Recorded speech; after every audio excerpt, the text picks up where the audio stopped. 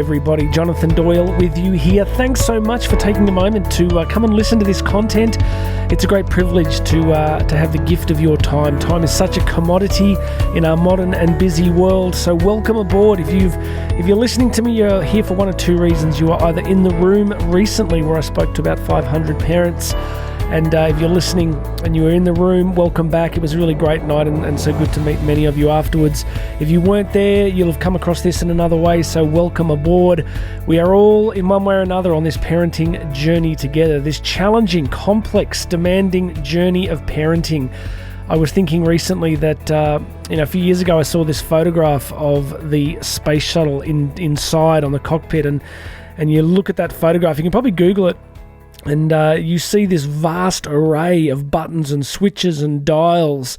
And, it's fascinating to look at that complexity. But believe it or not, the space shuttle actually had an actual manual you could read on how to pilot and fly it. And I'm mentioning this because it's interesting to note that something so vastly complicated still had a manual, but guess what else is really complicated and challenging but doesn't have a manual? And that's your child and my children. We all desire to be really good parents, but it doesn't come with a manual, does it? It's a challenging and at times frustrating task, but it is a task worth giving our very best efforts to, because the results, both for in terms of our own vocations and for the wider culture, are just crucial at this particular moment in history. So friends, welcome aboard. I want to talk about a few things. I want to just give a brief summary of the evening, and then I'm going to offer you some of the key takeaways, hopefully that are practical for you as well. Karen and I have 3 children. And as I mentioned to the audience, we weren't able to have children for 6.5 years. We were desperate to start a family, but we weren't able to. And eventually Karen was diagnosed with celiac disease. Once that was resolved, I like to say we couldn't stop having children. We had 3 in 3.5 years. And as I record this, they're still quite young, but all I'm saying is we're very much on this journey with you guys as we try to do our very best and learn as much as we can, and hopefully share some of what we're learning and what we've learned over the years. My background, I guess, has been in the education sector. I got a bunch of postgraduate degrees and have spent the last kind of, I guess, what it must be now, 2 decades speaking around the world to more than 400,000 people on all these sorts of topics, and so that's kind of what's brought us into this space. And let's jump in together. Look, what I titled the presentation was, I called it One Big Idea and 3 Useful Questions. So I want to give you one main idea that kind of permeates the presentation, and then I'm going to frame 3 useful questions, and then in the end I'm just going to give you a summary of some of the practical ideas that I think we can all put into place. So the one essential big idea that I'm keen to share with all of us is simply the idea that no one can parent your child better than you. Now, I know in the difficulties and challenges of daily life, it can feel that that's not the case, right? You can sometimes feel that you're not getting it right, or there's all sorts of challenges and problems. And I don't want to digress, but all of us are in a different place. Some of us, parenting comes pretty easily to us. We've been blessed with relatively easy kids. Some of us are not in that situation, right? We're dealing with often complex behavioral problems or peer group problems, and or there's a spectrum, right, from no problems all the way up to extreme problems. But I do want to really encourage us all to remember that no matter how difficult or easy it may feel at times, we've got to hold on to this belief that we're meant to be the particular parent given to our particular children, and that no one can do this better than you, because no one could ever be more invested than you. So I like to think that God has really chosen and ordained you to be the specific parent of your specific child.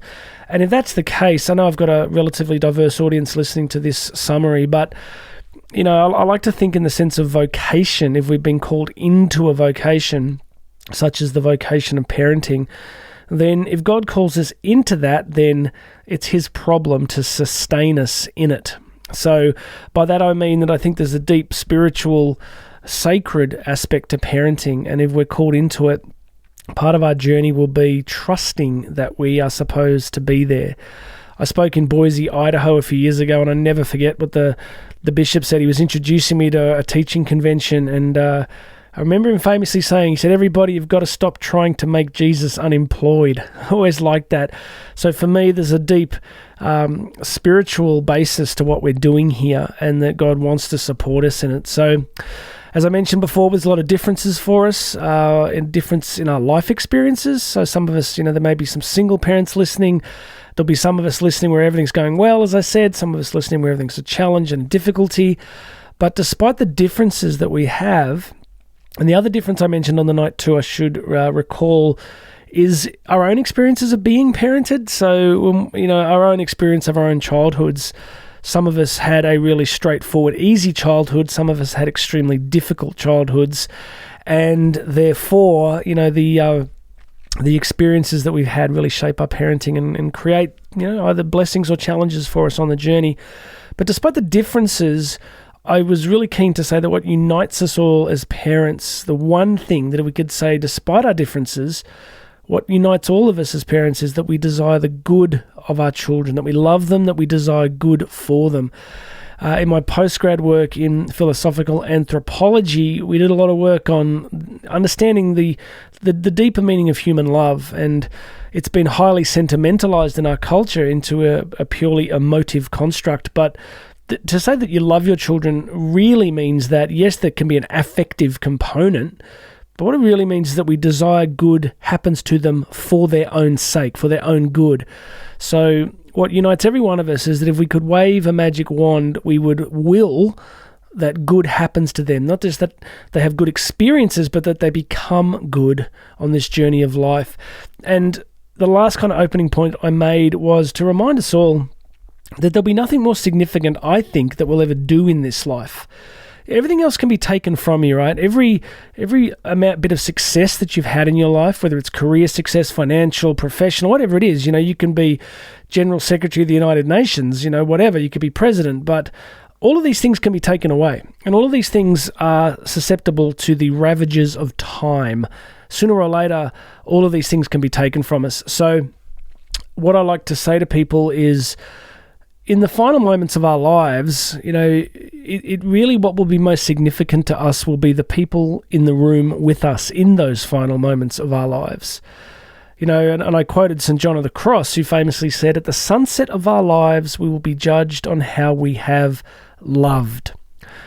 So in the daily battle of life and all the complexities that we're all living through, the busyness, the overwhelm, all of that defines so much modern life and modern parenting, hold on to the fact that really, in the daily grind, everything's screaming at us, right? There's so many emergencies, there's so many contingencies, there's so many things we've got to deal with. But let's try and hold on to this truth that this parenting journey is just about the most significant thing that we're going to be doing. All right, so let's move on to these 3 useful questions. So we've got the one big idea, which is that you're meant to be doing this. You're uniquely positioned to be doing this. No one can do this better than you. Okay, so the 3 useful questions that I framed are these. Number 1, what is your deepest desire as a parent for your child? What's the deepest desire that you have for them? Second question was, what stops you from achieving that desire? And finally, what can we do to more closely realize our desire for our children's growth and flourishing? So what is it that we want? What stops us getting what we want? And what can we do to make it more frequent, have a more frequent experience of approximating what we truly desire in this parenting journey? So I'm going to step through those quickly, and then I'll give you the what did I come up with in the end? I came up with 8 practical things, or a mix of theoretical and practical things we can do. So are you ready? We're almost we're almost there. It's a short summary. Time is precious, so let's do it. The first useful question: what's your deepest desire as a parent for your child? And I did a sort of experiment in the room where I said, if you ask most people, if you ask the man or woman on the street, the average person, the average parent, most people tend to say something along the lines of that they want their child to be happy. So what I said on the night again was, that's problematic for a few reasons. One is, at least without going deep down this rabbit hole, the meaning of the word happiness has undergone a rather seismic transformation since around the time of the French Revolution. Before that, if you asked somebody about happiness or what it meant to be happy, they would not have conceptualized it as necessarily a feeling state.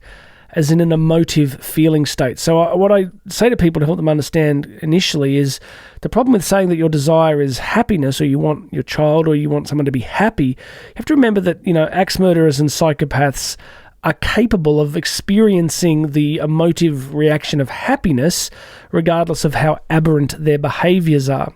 So if our greatest desire for our children is nothing other than a feeling state, that's problematic, right? Because it means the goal state of their being is very much at risk of the vicissitudes of life, right? Like, how can will they have this feeling state if they experience loss or suffering? So what does happiness really mean? So I took the audience back to the deepest roots of it, which probably go back to, you'd say, probably maybe 500 BC, classical Athens kind of thing, where the idea of happiness was based on the Greek philosophical idea of what they called a daemon. Not a demon, a daemon, which was this idea that the Greeks had that we all carry within us like an imprint upon our soul, which you can understand as like software code or computer code. And the goal of life is to take that source code and actualize it into the world, right? To bring out all your potentiality, all the courage you could have, all the compassion you could have, all the creativity you could have, and take that code and bring it out into the world. And if you did that, the Greeks would refer to you as a eudaimon, or you would experience what they called eudaimonia. And for the Greeks, that was kind of the goal of the good life, was to take the natural potential for good within you and bring it out into the world. So, and the vehicle for it, the modality, the way that they did it was through what they called, virtue. That the way that you brought this thing out into the world was living virtuously. All right, so that's the end of the philosophy lesson. But my point is, if our desire for our children is happiness, what it really means is that our desire should be for what the Greeks would say is true human flourishing. All of the potentiality in your child coming out into the world over the life course, over their life journey. So it's the development of character, of them becoming all that they could be. Not in the kind of Oprah New Age sense where it's all about, self-actualization. I often say that I think Maslow was wrong. You'd all be familiar with the idea of, that the Maslow's hierarchy of needs and self-actualization was the pinnacle. I think he was fundamentally wrong. And if you read biographies of his life, he was a pretty strange cat. I mean, to be honest, go have a look. I don't discount everything he said, but the idea that self-actualization was the pinnacle is, I think, incorrect. The pinnacle of the human experience is something that, if you look at, for example, Thomas Merton's book, The Seven-Story Mountain, he makes the point that the ultimate point is not self-actualization, it's self-transcendence. It's to go beyond the self, to take all that you are and offer it up into the world in the gift of yourself to the world, and to relationships, and to creativity, and to building the common good, all those sorts of ideas. So, well, I guess what I'm getting at here, and I apologize if I've just tripped over and fallen down the philosophy rabbit hole, but I think we need to get some of this back. I think we need to think deeply about what is our fundamental desire for parenting. I find it sometimes when we have to deal with consequences in our own parenting, right? We have to set boundaries for our kids. And I don't know if you do this, but I can second guess myself. Am I being too hard? Am I being too easy? What's the right mix here? And then I remind myself, what I'm trying to do here is form character. What I'm trying to do here is what the Greeks were saying, is to take this imprint and use the vehicle of virtue and character development so that child flourishes in life.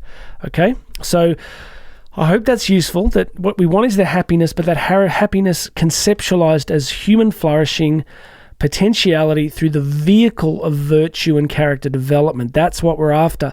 And the last thing is an answer to question 1, what's your deepest desire as a parent for your child, is I shared a story of my oldest child, Olivia, who is, we took her out of formal schooling, and she's been home educated and just doing a phenomenal job. Like she's just achieving at an amazing level, doing a kind of great books classical education program out of the US.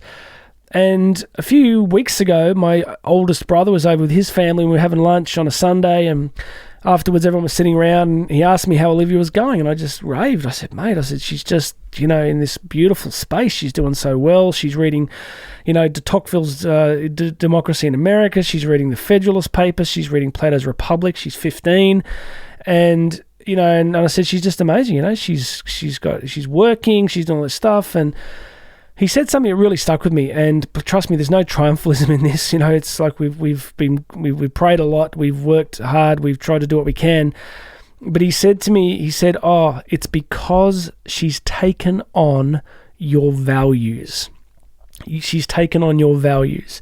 And it really struck me. I suddenly realized, he's right. Like, she's actually looked at Karen and I and our view of the world and what we value and what we believe is worth valuing, what is worth, what's true, good, and beautiful.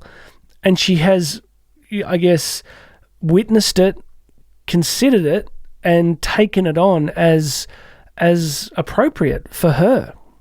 So at this point, I guess some people can push back and say, well, have you just created an automaton? Have you just created a robot carbon copy of yourself and Karen? That's not true at all. I don't think that's remotely what's happened. I think that she has just observed and thought and read and experienced and taken it on. And if people still resist that, I say to them, well, as a parent, I guess, because you could say, well, children should encounter the world and meet all these different people and make their own value judgments over time. I go, I don't know, friends. Think about it this way. If you do not want your child to take on your values, exactly whose values do you want them to take on? That's a pretty confronting question, right? Because if you do not want your child to take on your values, we've got a problem here, because for that to be true, you would have to believe that either your values aren't that good and there's better ones somewhere else, and that's a pretty depressing thought, to be honest. I think we should, as parents, have some courage in the significance of what we believe to be true and what we've experienced.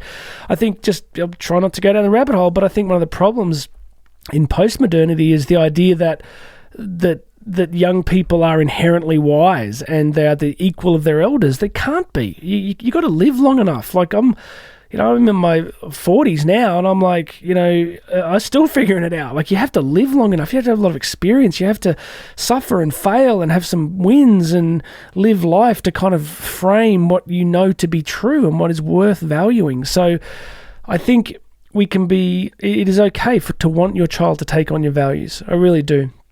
And the last thing I'll say about that is, for a long time, Olivia and I would get up every Saturday morning. We'd drive 2 hours to the coast because she loved surfing, and we got into surfing. And on those 2 hours there, we would just talk and listen to interesting podcasts about the world and history and geopolitics and talk about it. And then we'd drive back for 2 hours. And I look back at that time, and it was tiring, it was exhausting, it was a lot of driving. But I really see that time as formative and shaping.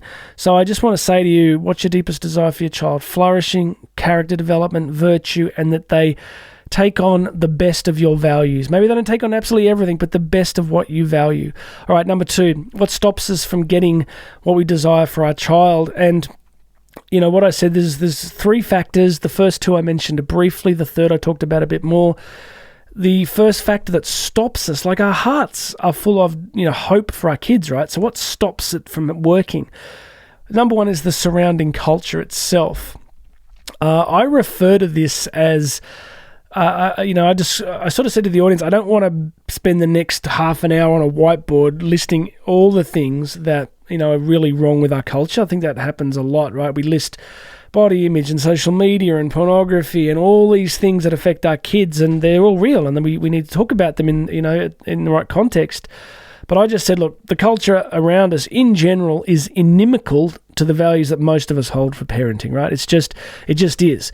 So my synopsis of the culture, what I think is happening is what we've got is essentially late stage, hyper-consumerist, technocratic capitalism infused with a kind of Nietzschean nihilism and, endemic cultural Marxism. I think that's basically a good synopsis. We've got huge regulatory capture.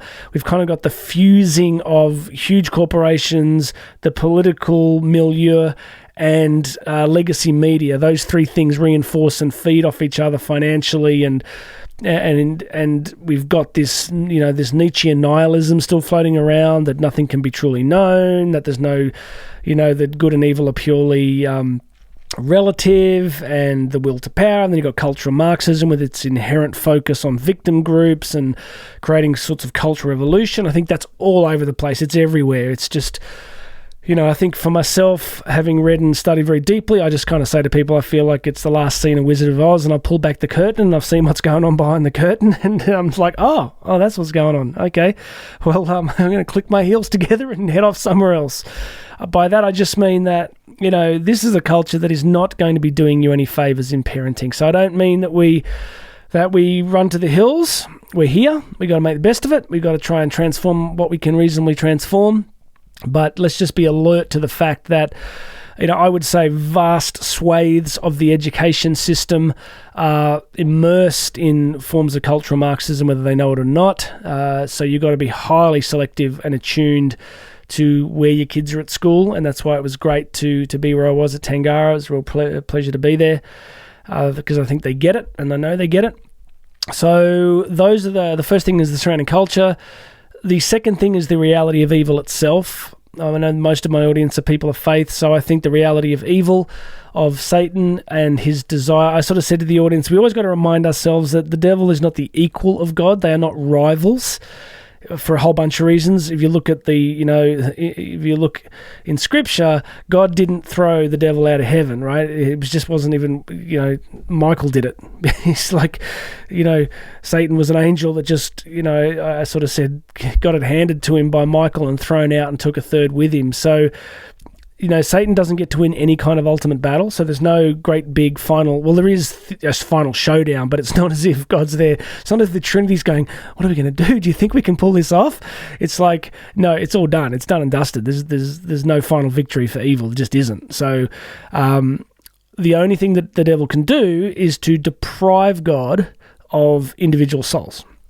That's the game, right? It isn't about is Satan running some incredible strategy where he's going to sneak up on the Trinity and somehow, wrest cosmic power. That's not going to happen. What is going to happen is genuine evil is going to target marriage and family. It's going to target people of faith. It's going to target parenting. It's going to target kids.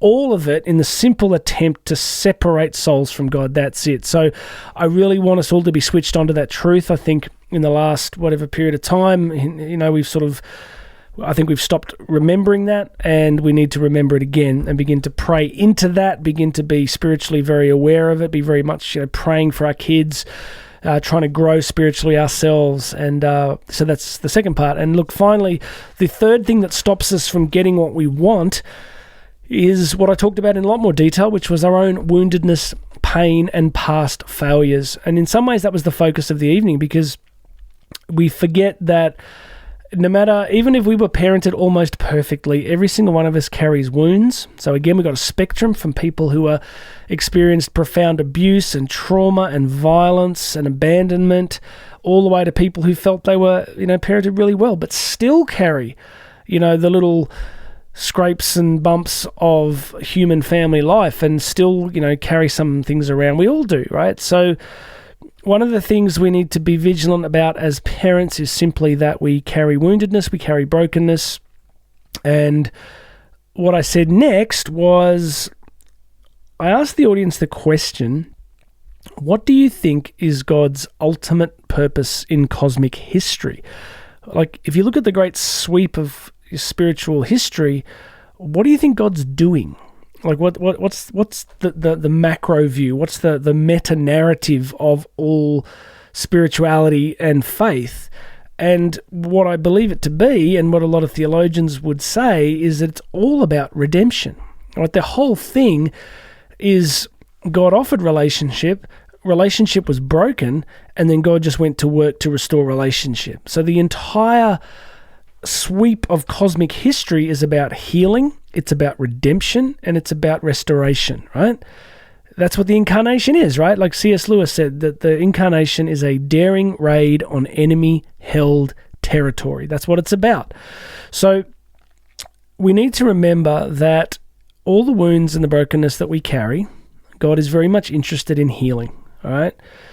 What we need to do is be aware of our need for healing and pursue it. So there's a whole bunch of ways you might do that. Some people might want to do that through counseling and possibly therapy and working through trauma. I recommended stuff like the Catholic, the Christian prayer ministry of people like Neil Lozano, who runs the Unbound prayer ministry. Like some of us need to get prayed with. We need to just receive prayer for healing. And, the Unbound ministry is a very gentle, non-invasive, beautiful form of prayer. So I just want to say to everybody listening, maybe you haven't explored this, but my point is that if we don't get healing for the wounds and the trauma and the things that we've lived through in our own experiences, it is harder to parent as effectively as we could, if we're carrying around all this sort of stuff. So whether it's, rage or addictions or dismissiveness or sarcasm and these things that come out in our parenting or can, then what are the roots of those? And you look at the work of people like, Dr. Gabor Mate, like on addiction and trauma, and we see how many of the pathologies that come out in life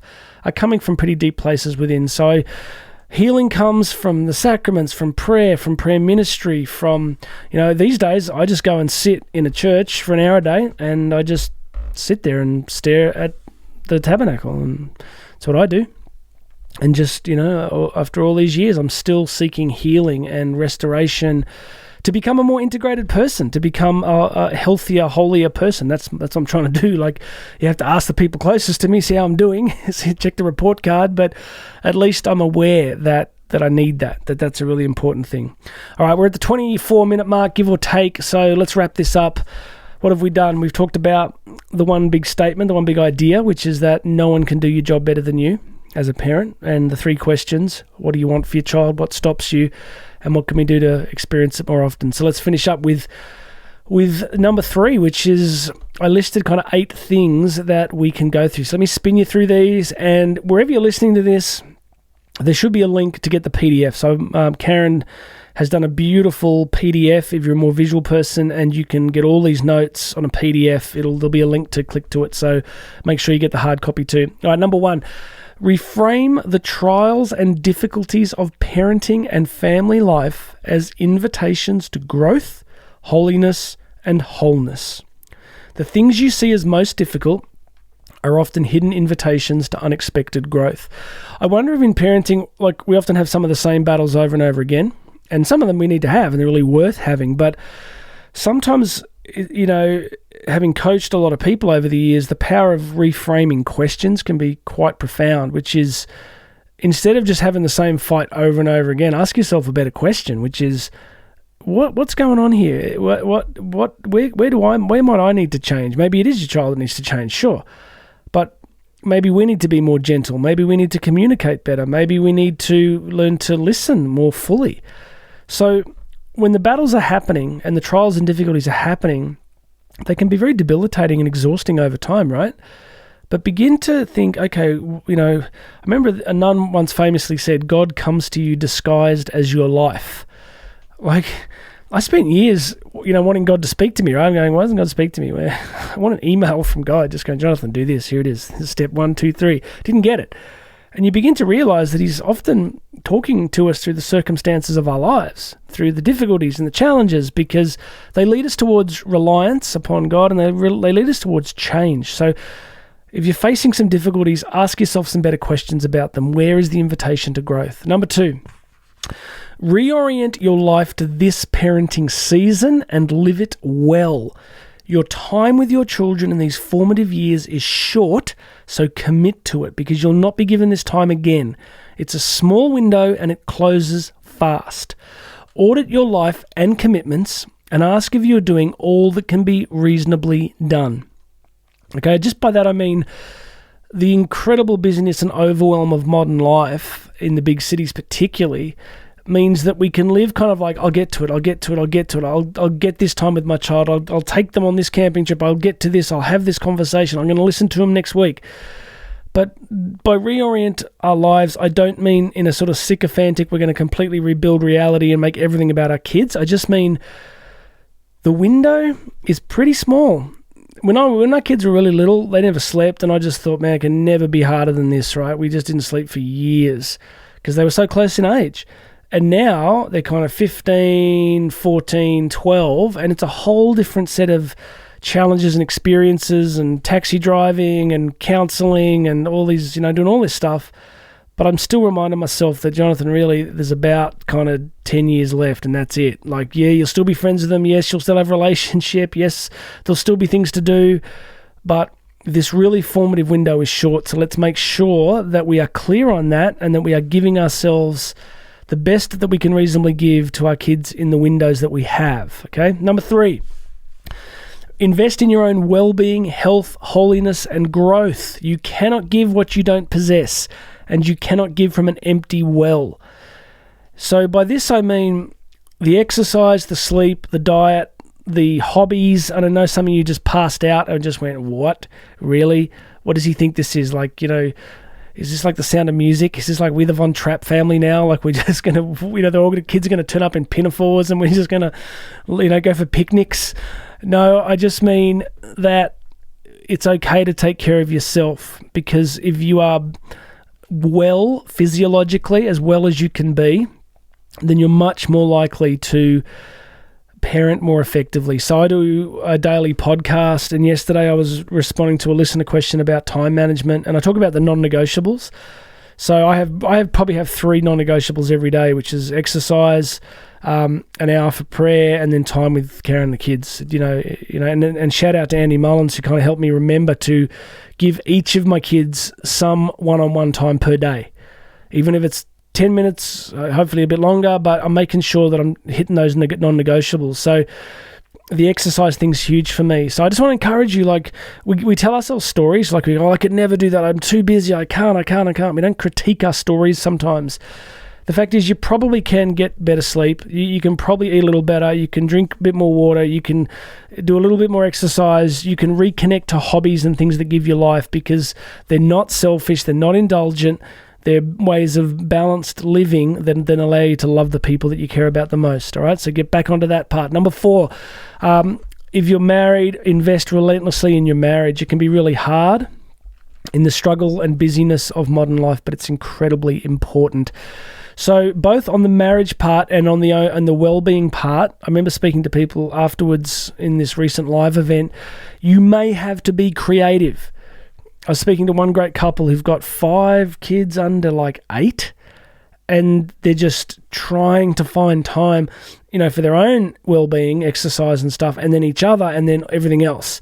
So what I kept saying to them is you might have to be creative. You'll be surprised what you can come up with if you think it through intelligently and sort of carefully. So I really want to encourage everybody with that it's just in the busyness of parenting and modern life, the marriage part can just sort of, I think we can live as like, oh, well, we're married, it's all good, we're solid, we're just going to put that on the shelf and just get through. It's a bit like being at the beach when you're kind of diving under a big wave and you're just coming up for the next one and the next one and the next one. And you're like, we'll just get through. And I encourage you that we've got to step off the conveyor belt and put some time into each other and time into the marriage. So Karen and I, we'll kind of walk as often as we can. We'll just get some time walking on a daily basis, and we just talk. It's just talk. We just there's some admin to go through, but often it's just checking in what's happening in life, how we're tracking, and then when we can, we lock the children in the house and leave them unsupervised and go away for 2 days. No, we don't do that. Sorry, we don't do that. Nobody call family services. We don't do that. But occasionally we'll have like grandparents, someone stay over, and we'll get away, and it's just the best. It's like, you actually go, wow, who are you again? It's like, hello. And you actually get to reconnect. So those things are really crucial, right? So invest in your marriage. Number 5, model in life what you say matters most. Model in your life what you say to your children matters most. The way that they take on your values is by seeing that whatever you say you value, you demonstrate that you value. So I think for me, I've sort of shown, the kids have grown up with me doing, ultra marathons and all sorts of craziness that I do. So they see that health and well-being is important. They see that books and music and, academic, intellectual pursuits are important, and very much faith. They've seen that I'm somebody who takes my faith really seriously. And, we've raised them to be part of that. So, I can't say to my kids, hey, get up and go to church if I never do it, if I don't show them that it's just central to my life. And then And then they've just taken that on. So we got to model what we say matters, right? We got to model it. Number 6, frequently apologize when you make mistakes, right? So it's just something that I've always done. It's like a grace. If I've really gone off the reservation and got it wrong, I go and apologize and say, hey, I'm sorry. I do apologize, and really ask them for forgiveness, and we move on. So, we're going to get it wrong, friends. Like, yeah, we're parents and we're trying and we're the adults, but we're going to make mistakes. We're going to be tired. We're going to be snappy. We're going to get it wrong. Just apologize. Say, hey, last night when I said that was out of line. I shouldn't have said it. I'm sorry. I was tired. Would you forgive me? So I think that's just another useful thing to do. And finally, I asked Karen, I said, what are the kind of 3 things that you think are central to your role as a mother, as a parent? And then I shared mine. For what it's worth, for me, my big 3 were to serve, protect, and teach. So practically, I'm somebody that, and I don't mean this with a shred of arrogance, I just do a lot for the family. I just do a lot, whether it's cooking, dishes, working around the house, driving people. I just serve and serve. And, Karen's dad was like that, somebody I really admired, coming into a relationship with Karen. He just served people. So whether that, I just think that's really important. I think, especially if I could say this to all the men, yes, we're out there slaying dragons in the workplace, but to serve in the home, just to serve, just to keep giving of your energy into making the lives of your spouse and children a little bit better. Obviously to protect, and that protection can mean, Kaz and I have been, really involved in the kids' peer groups, like just helping them to perceive what a good friend looks like and what, friends who are not so great might be thinking and doing, and just, to protect them from some of the stuff until they're fully formed and able to make the right choices on their own. And finally, for me, it's teaching. Like, I just talk about everything: politics, music, history, all these different things I just love. I mean, I think by vocation, I'm a natural. I love to teach, and so that's been a big thing with the kids for me. Karen talked about her 3 were to provide presence, just to be a constant presence, to provide nurture, which means to make home a safe place, and to help guide the kids growing discernment in life. So she said presence, nurture, and guide. So I offer you those things, and you'll have your own. I just want to offer you those as kind of practical things that we can be doing, in the daily grind of life. All right, that's kind of it. What else? So there's still no manual. I've offered you a few things. From here, please check in with us. There'll be links here so I do this daily podcast across YouTube and podcasting, and there's a lot of stuff that we'll be doing ongoing for parents. So hopefully somewhere here I've got a link you can check out to to follow up with us, so you can just stay in the loop, at least get on my daily podcast list, so you're getting that content. For all the women, Karen does a remarkable masterclass. She runs an online masterclass for women around the world. I think she takes 6 women at a time in the masterclass. So there'll be a link here somewhere for that. Go check that out, because it's she's amazing, and she does coaching, and obviously, and I take some coaching clients. So if you want, if anybody wants personal coaching with me, either around business or personal excellence, that sort of stuff, there should be a link here to my coaching offer as well. So what else? That's kind of it. So I just want to bless you. I just want to say, I hope some of this is useful to you. You're never going to do anything more important in your life. You're uniquely positioned to be doing this. Karen and I are going to just press on ahead in the years ahead, just trying to put out content like this to bless you and support you, because what you're doing is touching the future. You are shaping generations in literally what you're doing. So may God bless you. May God bless your relationships, your marriages, your parenting, your homes. May you flourish in every area of your life. Thank you for what you're doing day in, day out. Go and check out all these links. My name's Jonathan Doyle. God bless you, and hopefully I'll see a lot of you on the daily podcast. Speak soon. God bless.